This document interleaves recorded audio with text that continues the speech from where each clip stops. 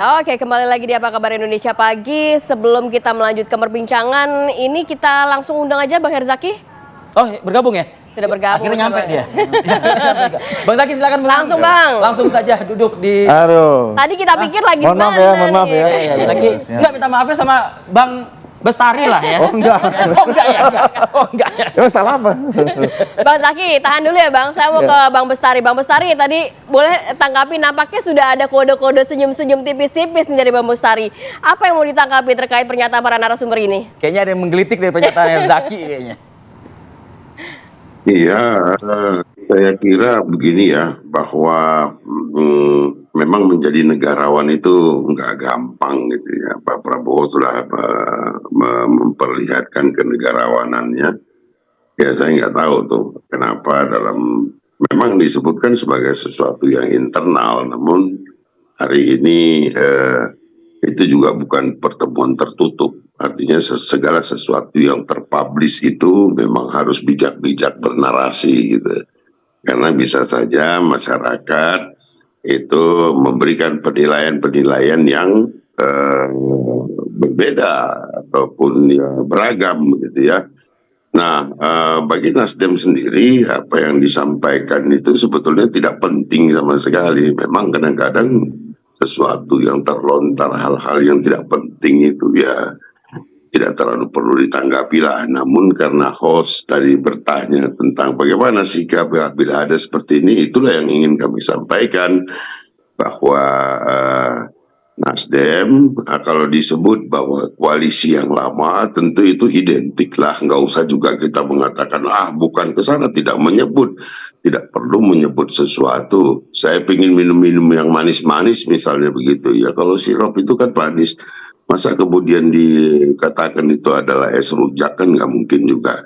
Ini marilah lebih dewasa di dalam menyampaikan segala sesuatu, apakah itu di internal, apakah itu di tempat yang lain, karena segala sesuatu yang dipublish itu ya sudah jadi milik publik begitu. Nah, mari kita sekarang ini seperti apa yang disampaikan oleh para pihak, kontestasi sudah selesai, nggak usah lagi ada pernyataan yang menyebabkan kita nanti terdisintegrasi. Mari bersatu kembali dan kita laksanakan bagaimana caranya membangun bangsa ini ke depan secara bersama-sama gitu. Semakin pemerintahnya semakin kuat, maka insya Allah Indonesia akan menuju tempat yang lebih baik. Nah, sebagai para pendukung Pak Prabowo, seharusnya partai-partai yang berada di dalamnya jauh lebih bijak di dalam bernarasi gitu. Saya kira itu. Oke, baik Bang Bestari. Saya meminjam kata Abang disintegrasi. Oke, berarti Mbak Sarah sepertinya Partai Nasdem sudah akan terintegrasi kayaknya ya. Karena kan mengharapkan jangan ada disintegrasi gitu Mbak Sarah. Gini. Untuk hal itu sebelum ke Mbak Sarah saya juga sampaikan begini. Belum ada itu ya urusan tawar-menawar nanti akan begini bukan, nggak ada. Jadi posisi-posisi yang mungkin nanti katakanlah kalau terjadi sudah ditetapkan Pak Prabowo sebagai pemenang pasca nanti MK, maka untuk menuju kepada pelantikan itu kan masih sangat jauh ya. Nah, tentu Nasdem dalam hal ini banyak yang bertanya apakah ditawari sesuatu. Pak Prabowo datang itu bersilaturahmi kepada kawan. Kalaupun ada hal penawaran itu hal yang wajar saja untuk memperkuat koalisi itu. Nah, namun tentu Nasdem sebagai partai politik, saya selesaikan, tentu akan melihat apakah penawaran yang dilakukan itu disampaikan itu berkesesuaian dengan platform Partai Nasdem, platform perjuangan Partai Nasdem. Jadi bukan main terima-terima aja, udahlah kami nggak usah jadi oposisi lagi walaupun dapat sisa-sisa masa jabatan, main aja lah kita gitu kan. Itu bukan goalnya Nasdem gitu loh. Saya kira itu. Oke, Mbak Sarah, gimana Mbak Sarah? Ya, sekali lagi apa yang beliau sampaikan itu tepat. Ini semuanya masih dalam rangka silaturahim. Oh, komunikasi seperti saya tadi sampaikan itu tidak pernah ditutup oleh Pak Prabowo. Beliau sebagai Ketua Umum Partai Gerindra selalu mencontohkan kepada kami para kader bahwa tadi itu di awal saya sampaikan sekali lagi, 1000 kawan terlalu sedikit, 1 lawan terlalu banyak. Dan dalam hal kontestasi politik, semua ini harus jadi lawan. Walaupun mungkin berbeda posisi, berbeda pandangan tentang bagaimana suatu program harus dijalankan, tetapi ujungnya harus untuk Indonesia. Itu yang pertama. Jadi ini juga saya tadi mungkin sedikit saya tambahkan dari tanggapan kepada apa yang Mas Ahaye sampaikan juga. Banyak yang tadi lebih fokusnya kepada kata-kata tertentu. Kalau kami fokusnya adalah bagian bagaimana Demokrat merasa bagian dari yang kontribusi untuk pemenangan. Jadi terlepas dari apa yang mungkin terjadi secara hitung-hitungan kursi di DPR, ini mereka justru dan Mas saya memberikan sebuah contoh untuk melihat dengan kacamata yang jauh lebih besar, dengan kacamata yang makro, dengan kacamata negara, dengan kacamata yang jangka panjang. Dan di situ menyampaikan bahwa kita sudah, ini kata-kata beliau ya, kita menang dalam in the war gitu, dengan peperangannya mungkin for the battle itu kalah, tapi warnya itu menang. Jadi konteksnya dengan apa yang beliau sampaikan itu lebih kepada pendidikan politik, bahwa kita melihat politik itu nggak bisa hanya dalam satu konteks, tapi konteks yang lebih besar. Nah ini sama juga yang tadi Pak Bestari sampaikan, bahwa ini adalah komunikasi yang pasti butuh jangka panjang, jangan hanya dilihat dengan konteks yang saat ini terjadi. Dan itu pasti akan sangat dinamis, masih sangat organik. Banyak hal yang pasti akan terjadi. Apakah itu hanya kepada Partai Nasdem? Sebenarnya tidak, ada banyak komunikasi bahkan juga ke partai-partai yang lain yang sudah berjalan pada saat ini, yang di luar dari koalisi Indonesia Maju. Kenapa? Karena sekali lagi dari awal Pak Prabowo sudah menyampaikan, bahkan di debat pun beliau sudah menyampaikan kepada siapapun yang ingin bergabung dan ikut serta berkontribusi untuk membangun bangsa ini, pintu akan selalu terbuka. Kalau misalkan tidak sepakat dengan kita, ya silahkan keluar. Itu pun juga disampaikan oleh beliau. Jadi sekali lagi ini kita lihat dalam konteks yang jangka panjang ini masih sangat prosesnya masih sangat panjang sekali. Kita tahu H-1 pun bisa berubah, ini apalagi masih ada 6-7 bulan gitu. Jadi kita jangan langsung serta-merta kita ambil kesimpulan yang di luar dari konteks.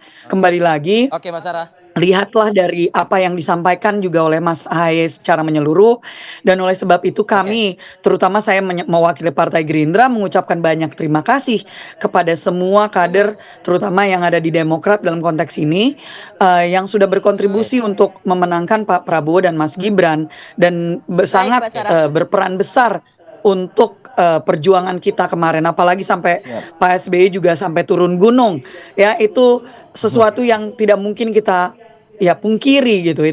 Itu harus dilihat dalam konteks yang lebih besar, dan bahkan dalam konteks bisa dilihat kembali lagi ya tadi dalam hal internal, bisa menempatkan posisi bahwa kita ini bagian dari pemenang, walaupun dalam konteks internal mungkin itu menjadi catatan. Jadi ini kami apresiasi. Baik, Mbak Sarah.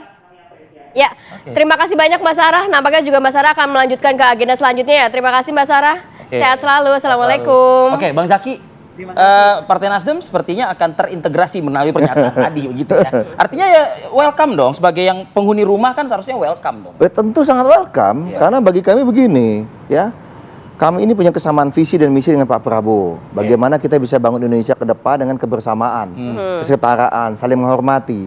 Bagaimana beliau misalnya setiap kesempatan menyapa Mas Ahaye, mendengarkan betul dan meminta masukan kepada Mas Ahaye juga. Jadi nggak lihat, oh saya senior pengalaman, Mas Ahaye ketua umum yang lebih muda. Enggak.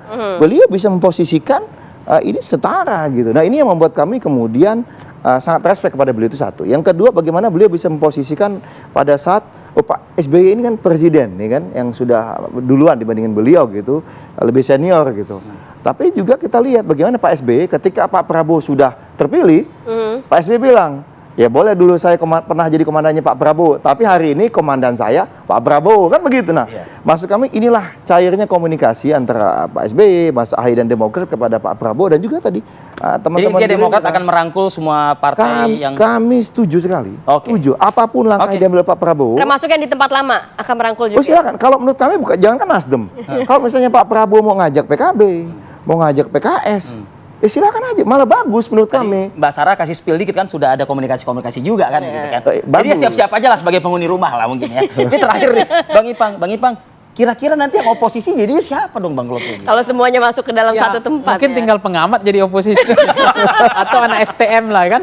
Karena memang intensitas arahnya memang saya lihat kecenderungan tidak tahan di oposisi itu kan ada pertama keberlangsungan eksistensi partai Partainya politik sendiri. secara kolektif, kemudian kedua karena partai memang ketergantungan kepada negara untuk soal tidak hanya soal pemburu rente ya, tetapi ini untuk keberlangsungan partai. Nah, yang ketiga adalah sebenarnya kalau PKS mau jadi oposisi lagi, berarti ini kan oposisi terpanjang dalam sejarah. 15 yaitu tahun. 15 tahun. Iya. Meskipun PKS nggak mendapat reward dari rakyat, maksudnya Dalam pemilu kemarin kan 10 tahun oposisi, harusnya kemarin kan itu tadi underdog effect kan, dia milih karena kasihan sama PKS, sudah konsisten artikulasi, agregasi, penyambung lidah rakyat. Jadi kalau misalnya 15 tahun berarti? Tapi ternyata suara kursi PKS turun 2 kan gitu secara nasional. Nah itu juga membuat mungkin partai itu trauma untuk oposisi gitu.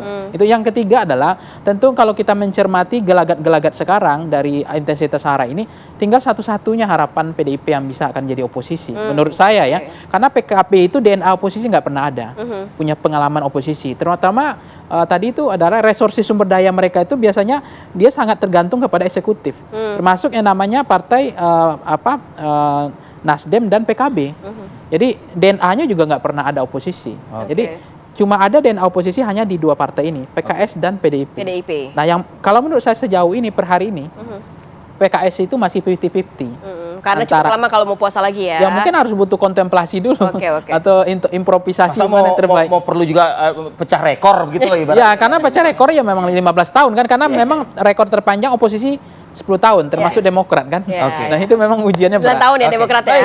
Baik, yang jelas proses 9 nggak panjang 10 masih 6-7 bulan lagi begitu ya Rati ya. Betul. Kita tunggu saja lah nanti manuver-manuver apa lagi yang akan dilakukan oleh para elit-elit di partai politik ini begitu ya. Oke, Terima kasih. Terima kasih banyak Bang Zaki. Ya, makasih. Kemudian Mas Ipang, Ada Mbak Sarah, ada Baru. Bang Bestari Barus juga politisi Partai Nasdem yang sudah bergabung melalui Zoom bersama kami pada pagi hari ini. Oke,